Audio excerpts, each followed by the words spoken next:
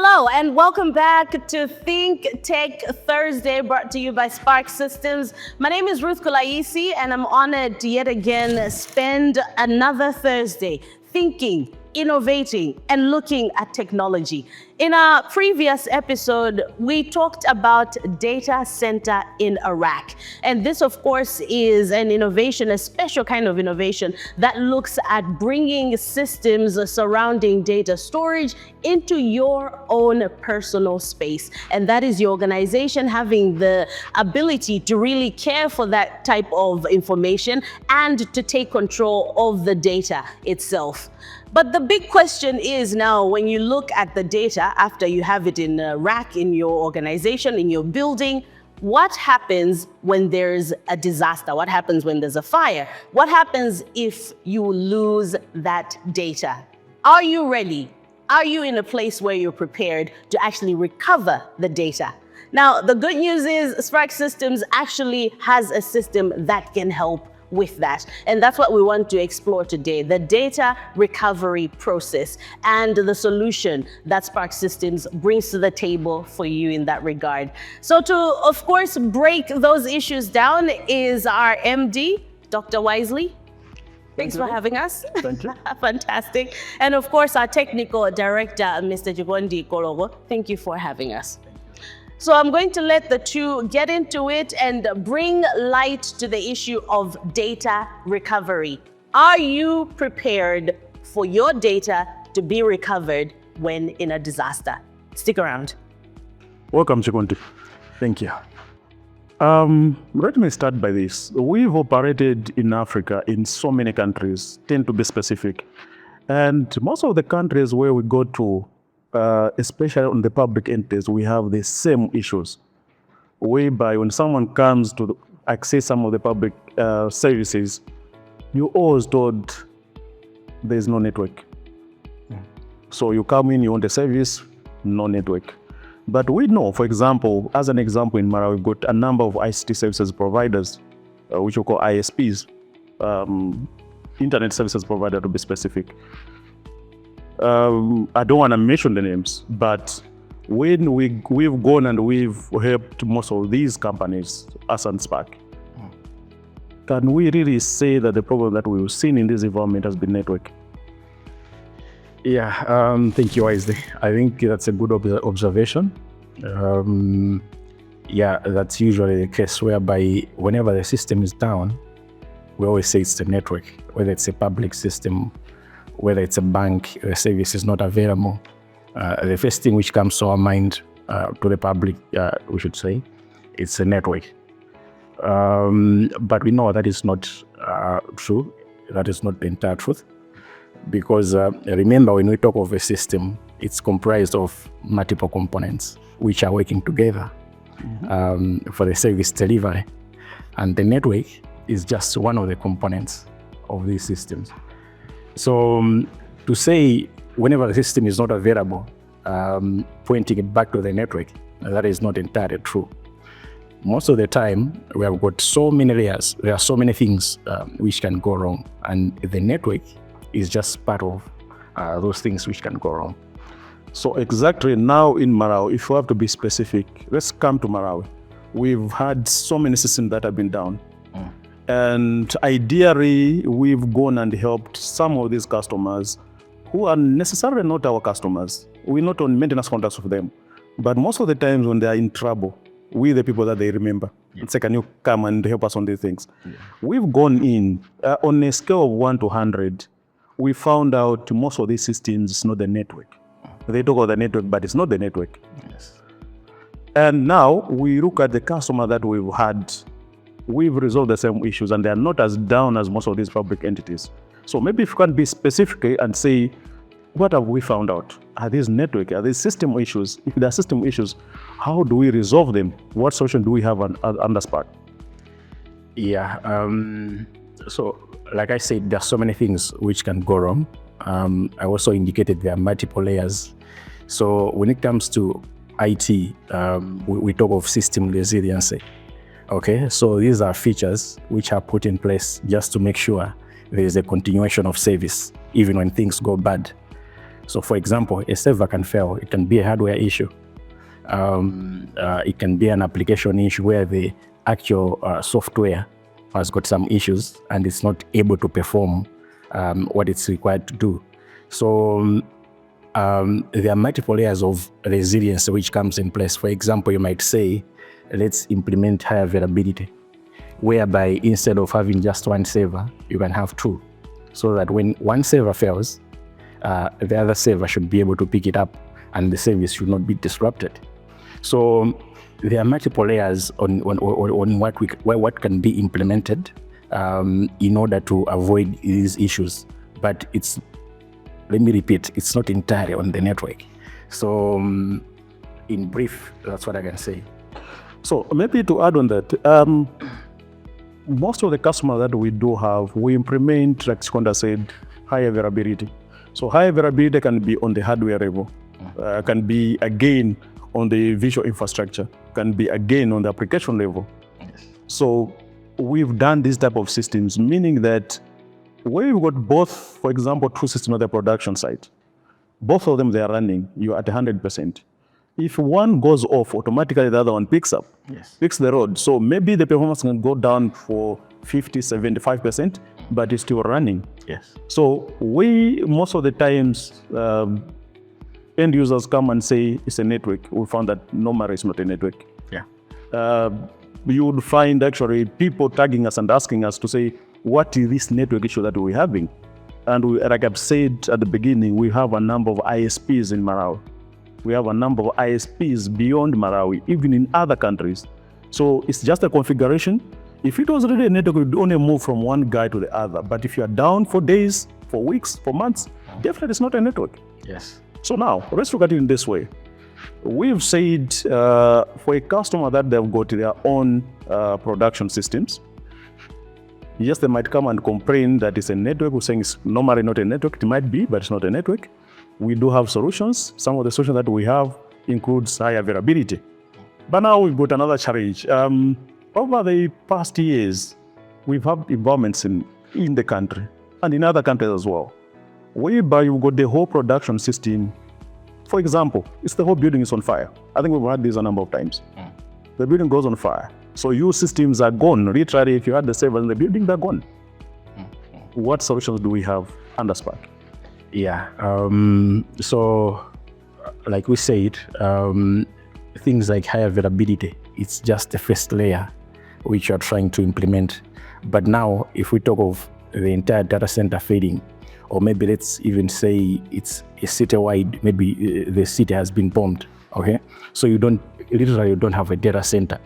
Your production data center is not available.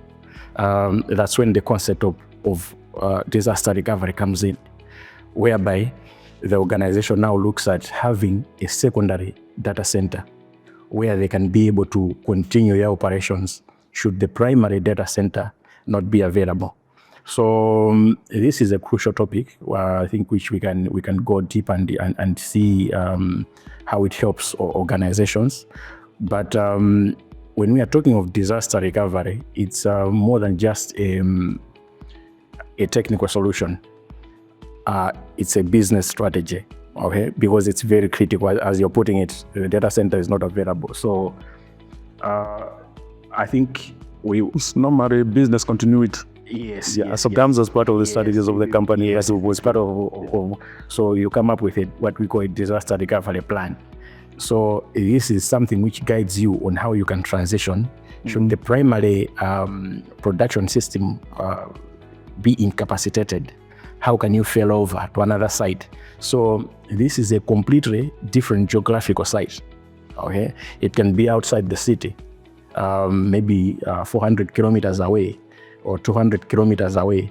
But the goal is, when your data center is not available, you want to have a platform somewhere else away from the production site. And this site, that's what we call a disaster recovery site. So most of the customers that we've dealt with, before we go into the actual designs for the disaster recovery systems, we talk about the recovery time objective and recovery point objectives. Yes. Are you able to expand on those?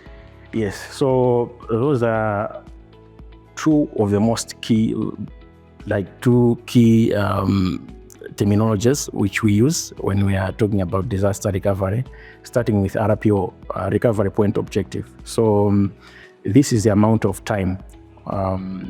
This is how much should you face a disaster, how much data are you willing to lose? Okay, the company can afford to lose. Is it 5 minutes? Is it 1 hour? So the RPO most of the time depends on the type of system which we are looking at, whilst the RTO is the amount of time which an organization can afford for the system to be down. So when we say a recovery time objective of 1 hour, it means the organization has a policy in place whereby it cannot afford to go more than an hour when that system is not available. So when we are coming up with a disaster recovery solution, we look at these policies which are already in place and to say, how can we meet these requirements using a disaster recovery solution? Maybe to add on that, so you've got different types of customers. As Sparc would deal with enterprise customers. You might have, for example, a bank. So for the bank, if we're designing a system for a bank, looking at the recovery point objective, if the system is gone, even the transaction for a millisecond, there might be someone that has withdrawn money from the ATM. Yes. So you don't want them that the moment you recover back, if this guy had the 100, then he's withdrawn a 90, then because you've recovered for an hour ago, he's got 100 again in his account. Yes. So already that becomes a compliance issue. There are so many. So when you're designing the business continuity plans, we've got those in it. Yeah. You've got other customers, for example, that, for example, we might look at, argument's sake, passport system, for example. If let's say the system has been corrupted, if you go back and maybe go to the data for yesterday, you should be able to load whatever data here, because whatever we printed is not as intensive as what the bank would have done. So when we're designing these systems, we look at it to say, what's the recovery point? What's the recovery time? How much time are you able to remain? These are the things that we've been able to do under Sparc. So I would want us now to move into the next level. Now we've said you got a production site at one site. And I know we've designed this. For example, we've got some customers that have got data in Branta. We replicate into Rongo 400 kilometers away. We've got customers in Rongo and we replicate on the other side. We replicate into the cloud. So we've got all those solutions for us. So what I'm looking at as of now, what type of replications do we have? What can we look on as we're looking at the data? Remember, I already explained there are so many types of the designs as we're looking at it. Yes. What's there in terms of the replication? What skills do we have under Sparc? Yeah, so maybe let me start by defining what replication is. So when we're talking of disaster recovery, we are saying we have got 2 sites, or you can have even more. But the key thing which you are trying to achieve is whereby you are synchronizing data from one location to another. So obviously in between there is a network. And we are saying the goal is when your production system is not available, you should be able to run from a secondary site. How do you do that? So you take the system which you have at the production, you replicate it, or what we are doing is copying that data to another location where there is a secondary server which will be able to run in the same system from a different location. Now coming back to your question, how do we achieve this thing? There are multiple layers where you can implement replication. For example, you can do it on the storage level. If you've got a storage, maybe let's say Sun storage, which has got a capability to support replication. So you have got one storage on this side and the other storage on the other side. You can be able to configure replication where you can be synchronizing this data. Or you can do it at, let's say, application level or the database layer. Okay, let's say you're using Oracle database. You see that we have got solutions like Oracle Data Guard, which can help you to synchronize this data between the 2 sites. On the database level? On the database level, that is. Or you can even do it on the visualization layer. I mean, let's say you're using Hyper-V, let's say you're using VMware. Okay, so in VMware, we've got some tools which will help you to replicate this data, and it doesn't stop there. You also get tools which will help you to fail over between the sites. So let's say site A is not available. You know your data on site B, but there has to be a process which we call failover, okay, which is now the transition from one location to another. How do you move the system to start running from a different location? So these disaster recovery solutions will help you achieve just that. We've done these things for years now. Yeah. We're able to move forward from the production to the DR and start running within 10 minutes. Yes. And those ones, in terms of the recovery time, they're some of the highest because you're talking about the enterprise customers. Yes. So today we're talking about Think Like Thursday, whereby we're able to show these things in motion. It's no longer just a discussion. We're saying we do have the skills in-house at Sparc. So we'd want to showcase and say, when we say disaster recovery, this is what we mean. When you say you are able to run from the DR side, this is what we mean. What should we showcase today? Yeah, there are so many things. I think obviously we have to split it into different episodes. For now, I think we can concentrate on the visualization layer. Okay. So we should be able to show from a solution from VMware. I think the next time we should be able to show something from the storage. The other time we should be able to show something from the database or any other application. But also, I just want to add, I think a few gaps maybe which we can just to align before we move into the demo itself. So talking about replication and going back to the RPO, there are two distinct ways when you're doing the replication. We have got the synchronous replication and the asynchronous replication. It depends on what you want to achieve. Because when you talk of synchronous replication, it means whatever changes you're making this side, they will be reflecting on the other side, like in real time. Okay. But when we talk of asynchronous replication, that's where now you define an RPO. For example, you can say, I want to have an RPO of 10 minutes. What does it mean? It means every 10 minutes, the changes which have happened on the production system will be pushed to the other side. Okay, so that's asynchronous replication.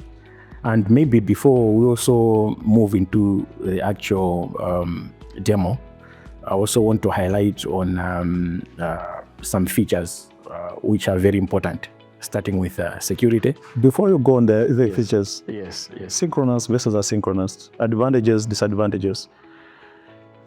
Yeah, so it depends on the capability of the disaster recovery solution. That's the first thing. Obviously, the one which will allow you to do synchronous, it means obviously it will be the cost itself will be slightly higher. Okay. But what you're getting in return is more than what you're getting with asynchronous, because you are saying it's real-time replication. Yeah. Okay. Secondly, there might be some issues to do with the actual resources which are required. For example, the network bandwidth. Yes, if you are to do real-time replication between two sites, you need a very fast connection between the sites. Whilst if you do asynchronous, it's something which you can be able to work with even a slow network. Remember, when you are doing these replications, if you're having issues, you can even enable compression, which reduces the bandwidth, the footprint of the actual data which you want to transmit between these two sites. So, in brief, those are some of the advantages and the disadvantages between these two setups. Now, I'm just trying now to think a bit on the cyber security. Yeah. We're doing synchronous. You've talked about all these advantages. You're doing synchronous. Then you've been hit. Your data is corrupted. What happens? Yeah, with all these cyber attacks, there are just so many things happening. And you really have to be careful. And in IT, we say, when it comes to cyber security, nothing is excluded, including when you're dealing with the disaster recovery solutions. So the first of all, you've got features like data encryption, these are measures which are you're putting in place, these are proactive features which will help you to counter those attacks. You might want to encrypt the data which is at rest. Okay, so this is the data which you are storing, whether it's at production site or the DR site. You might also want to take care of the data when it's in transit. Okay, so you gave an example to say we have got 2 data centers, one in Blantyre and one in Lilongwe. It means you have to move data from Blantyre to Lilongwe, and something can happen in between. So you see that we have got, we also have the encryption of data in transit. When you're actually transmitting the data during using the network, it can be encrypted to avoid some of these issues. You also let us see that some of these solutions, disaster recovery, so they even go further to incorporate ransomware solutions. Okay, for example, the solution which will be doing a demo very soon, site recovery from VMware, it has got another component. Of course, that's a discussion for another day. We'll not be able to do that demo now, which even incorporates ransomware recovery. Should you face an attack, a ransomware attack. So all these things can be handled. That's where we are coming in now to guide the customers to say, depending on your requirements and the systems which you have in place, this is the direction, this is the best direction on how you can achieve, trying to balance on the features, the cost, and all these other factors. Okay, so as we're going into the disaster recovery as part of your backup strategy, because you're having your disaster recovery, there are some instances whereby, I remember one of the customers are not going to the customer, where they've been hit at the production, then they've been hit at the DR, because, yeah, things happen. Yes. So how does this fit now into the whole backup strategy? What else can we do on top of that as we're replicating the data? Yeah, so there are multiple things which can be done. For example, you have talked about backups. So it's another strategy on its own. I think it's also a very big topic. So apart from the replication, you also have backups. So others might just take backups without having this disaster recovery solution. That's not enough. Or you can have this disaster recovery solution in place, but maybe you say, since I have this replication, I don't need to take the backups. Also, that's not enough. So you need to bring all these functionalities together. You also need to implement the backup strategy.